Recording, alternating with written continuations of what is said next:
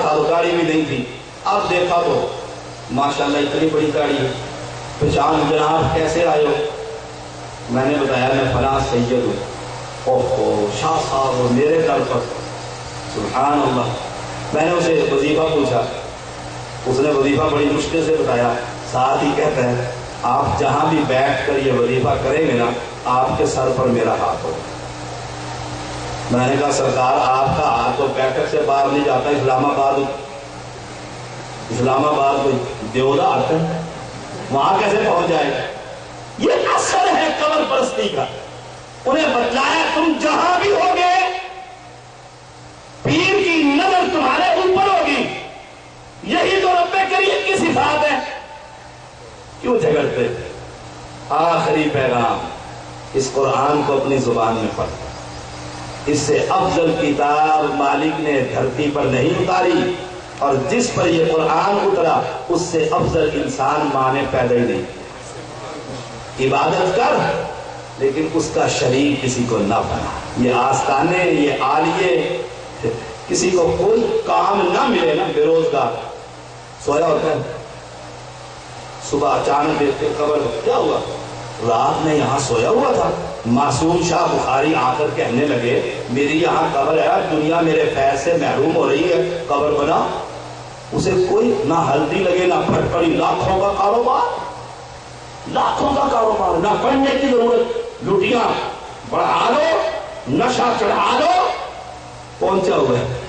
میں گولڈے دربار پر چلا گیا، ایک ایسی ہی سرکار بیٹھی ہوئی، ایسی ہی سرکار، میں نے صاف ستھرے کپڑے پہنے ہوئے تھے ماشاءاللہ، سنت کے مطابق، داڑھی بھی تھی، رومال میں نے سر پر نہیں رکھا، ٹوپی پہن کر گیا، میں نے دیکھا پہنچا ہے، رتی رتی اکھاں کے نشے سے طاقت سیکھا۔ میں نے دونوں ہاتھوں سے جھک کر تھوڑا سا سلام کیا، سرکار ہونے کے لیا کہ بڑی سرکار یہ آ گیا۔ میں کہ جناب دے دو دے دو۔ اسے بھی سمجھ آ گئی، کوڑ بڑھ کرنا مانگ کیا رہا ہے؟ ولایت۔ نماز پڑھنے سے ولایت نہیں ملتی۔ انہوں نے کہا انج نہیں ملتی، انج نہیں ملنی۔ میں کہ سرکار اس کا نظر کرمی ہو جائے، نہیں۔ میں کہ پھر کی کرا؟ اگر جنگل چڑھ جائے، جنگل، میں کہ میری بیوی میرے بچے، ساتھ ہی کہتا ہے میرے بھی سن۔ میں کال چھوڑے جنگل گیا، پہنچ گیا۔ میں کہ جناب اسی تے پہنچ گئے تو تھوڑی بیوی کسی اور نال پہنچ گئی ہونی، لگا پھر گالیاں دینے، لگا پھر ساری ولایت نکل گئی، ساری ولایت۔ سبحان اللہ۔ یا رب کریم، یا رب کریم، ربنا، ہم تیرے بندے ہیں مالک کریم، ہمیں ان مردوں سے جان چھڑا، قبر پرستی سے محفوظ فرما، آستانے اور عالیوں اور پیروں سے اور فقیروں سے محفوظ فرما، اپنے رب پر جھکنے اور مانگنے کی توفیق عطا فرما، بیماروں کو شفا عطا فرما، بے اولادوں کو اولاد عطا فرما، اولاد کو مسلمان بنانے کی توفیق عطا فرما۔ جن بھائیوں نے یہ مجلس سجائی ہے یا رب کریم ان کی آخرت میں ذخیرہ آخرت بنا۔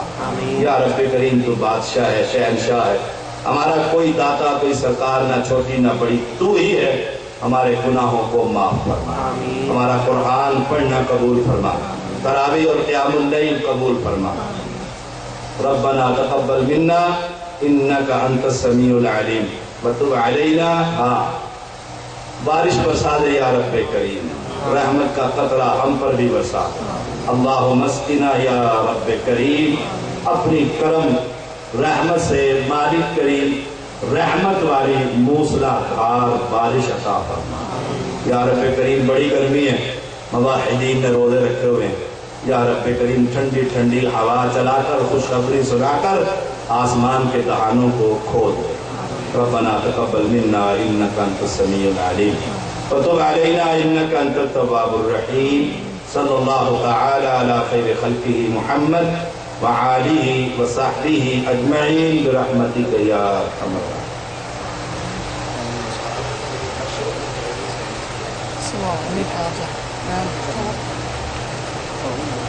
والدین میں سے زیادہ حق کس کا ہے؟ ایک آدمی، ایک سوال، کس کا حق ہے؟ والدہ محترمہ کا۔ رسول اللہ صلی اللہ علیہ وسلم سے صحابی نے پوچھا ای الاعمال احب الی اللہ تعالی، بہترین اعمال کون سے ہیں جو رب کو پسند ہے؟ فرمایا الصلاۃ لوقتہا، نماز کو وقت پر ادا کرنا۔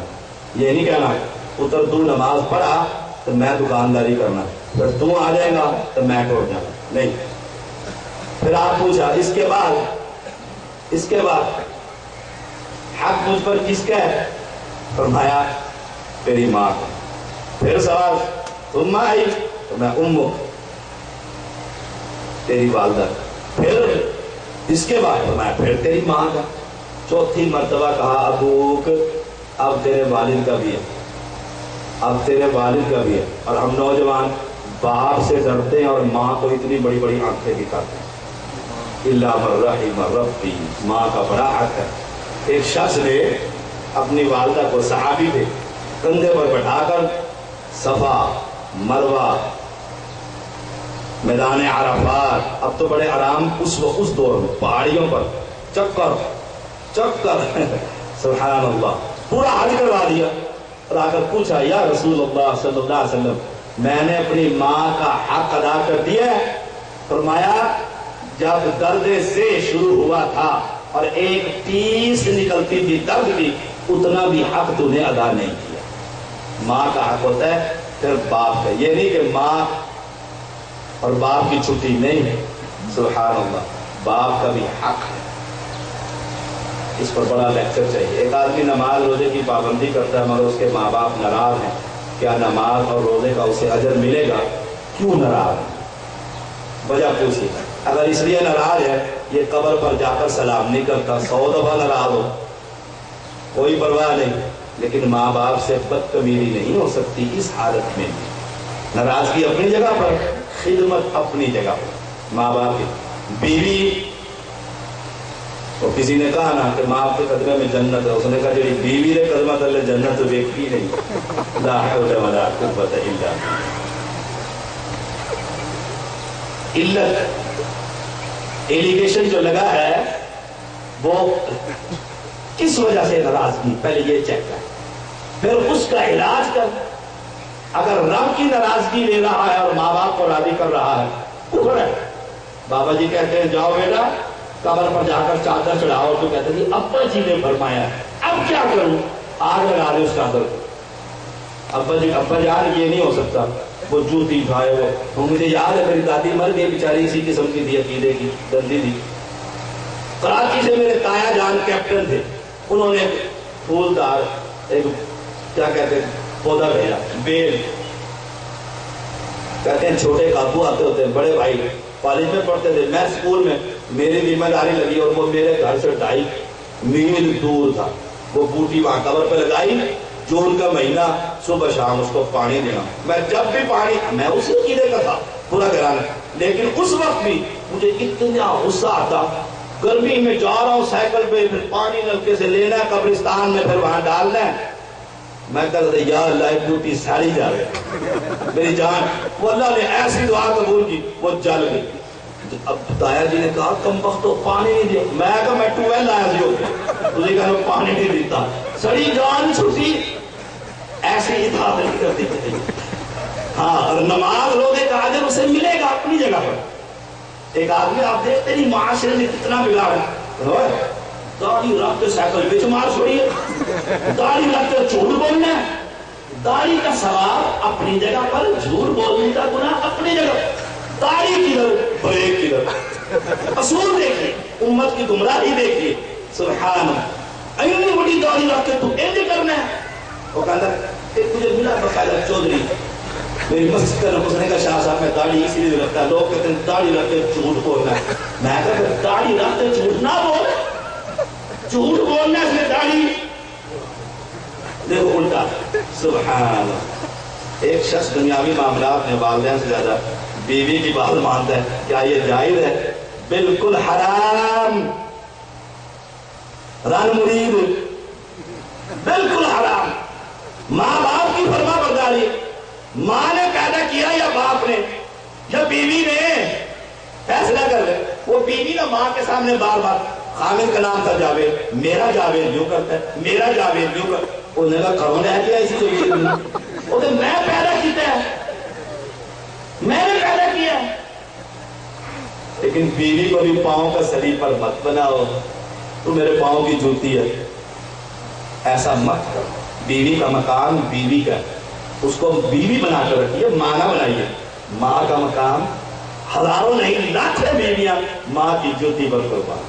ماں ہے، جب یہ ماں چلی گئی نا پھر ترسے گا اس کی دعا کو۔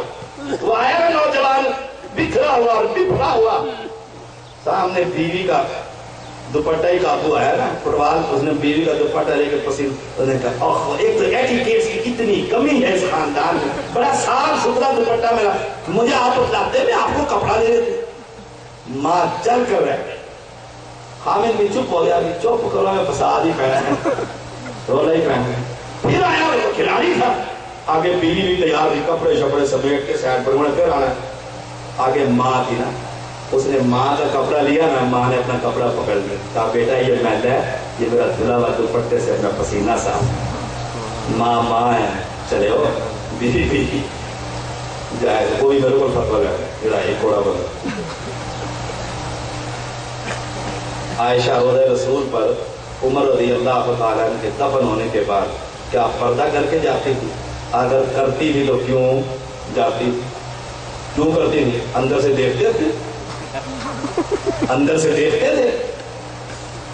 عمر کے بارے میں رسول اللہ صلی اللہ علیہ وسلم نے فرمایا ہے عمر تو جہاں جس غریب سے گزرتا ہے نا، سب سے بڑا چودھری ابلیس وہاں دیکھتا نا عمر ہو گیا، اس کی دہشت اور روب اور دبدبا اتنا تھا، کس وجہ سے؟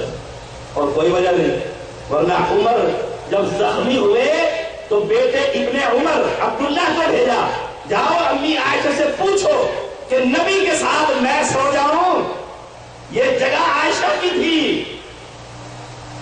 عائشہ نے کہا رکھی تو میں نے اپنے لیے تھی، اب عمر کو دیتے۔ اب جب آ کر خوشخبری دی بیٹے نے کہا جب میں فوت ہو جاؤں نا دوبارہ چلے جانا، اب تو میں زندہ ہوں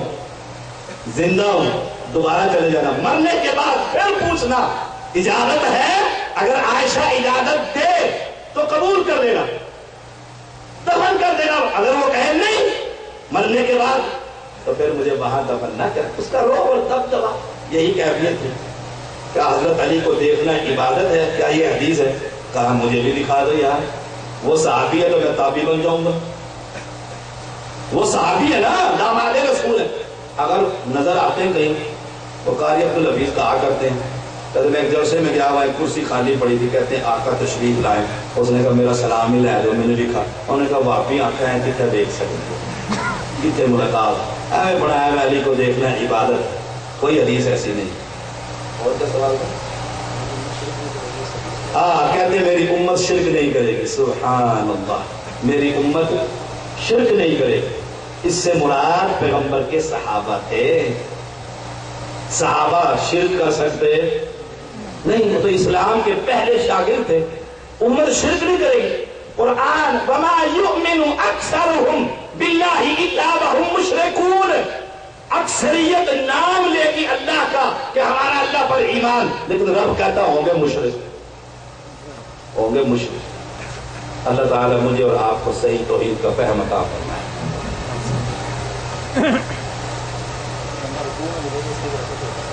سوال ہے اگر کوئی بندہ رکوع میں ملے اس کی رکعت ہو جاتی؟ لا صلاۃ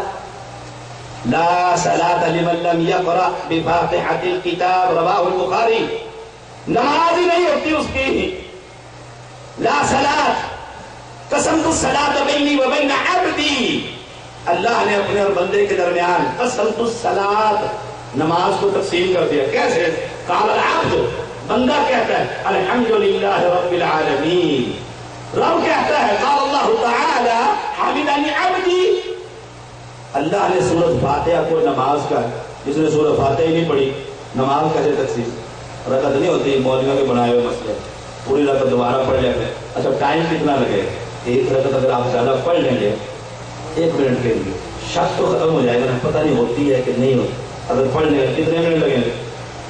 دیکھیے ہماری نماز کیا ہوتی ہے، ایک جاتے ہوئے کہتے ہیں سبحان ربی العظیم، ایک پہنچ کر کہتے ہیں سبحان ربی العظیم، ایک اٹھتے ہوئے کہتے ہیں سبحان ربی العظیم. 3 دفعہ تو کہنا ہوتا ہے، ایک جاتے جاتے کہہ دیتے، ایک پہنچ کے کہہ دیتے، کھڑے کھڑے ہوتے کہہ دیتے. کوئی دیر لگی ہے نماز کو نماز سمجھ اور صحیح سنت کے مطابق.